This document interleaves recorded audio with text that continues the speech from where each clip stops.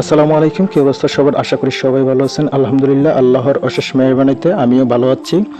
হঠাৎ একটা কাজে আমাদের চন্দ্রগঞ্জ বাজারে আসলাম। তো বাজারে আসার পরেই অনেক বৃষ্টি হয়েছে। তো এখন বৃষ্টি কমেছে বলেই তাই রওনা দিয়েছি এলাকার উদ্দেশ্যে। আমি এখন আছি আমাদের চন্দ্রগঞ্জ বাজারে মোল্লাবাড়ি মসজিদ সংলগ্নে।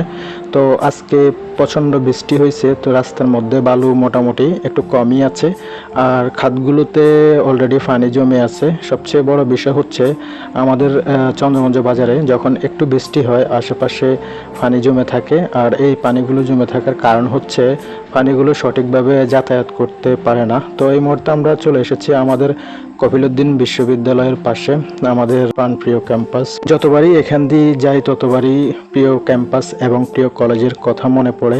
এভাবে হয়তোবা অনেকেরই মনে পড়তে পারে। আমাদের লক্ষ্মীপুরে হাইওয়ে সড়কটি এটা খুবই দুর্ভোগের একটা ব্যাপার হয়ে দাঁড়িয়েছে আমাদের লক্ষ্মীপুরবাসীর জন্য।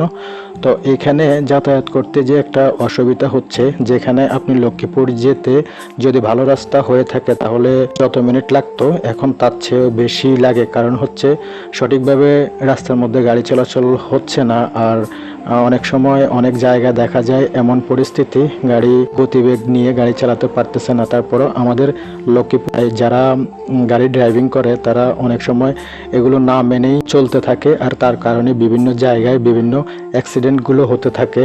প্রায় এই কয়েকদিনে আমাদের লক্ষ্মীপুরে অনেকগুলো দুর্ঘটনা ঘটেছে। তার একমাত্র কারণ হচ্ছে আমাদের লক্ষ্মীপুরের মহাসড়কের অবস্থা খুবই খারাপ।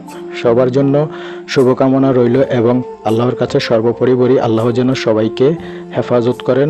ধন্যবাদ, ভালো থাকবেন, সুস্থ থাকবেন। আবার দেখা হবে কোনো এক জনস্বার্থের ভিডিওতে। আসসালামু আলাইকুম, আল্লাহ হাফেজ।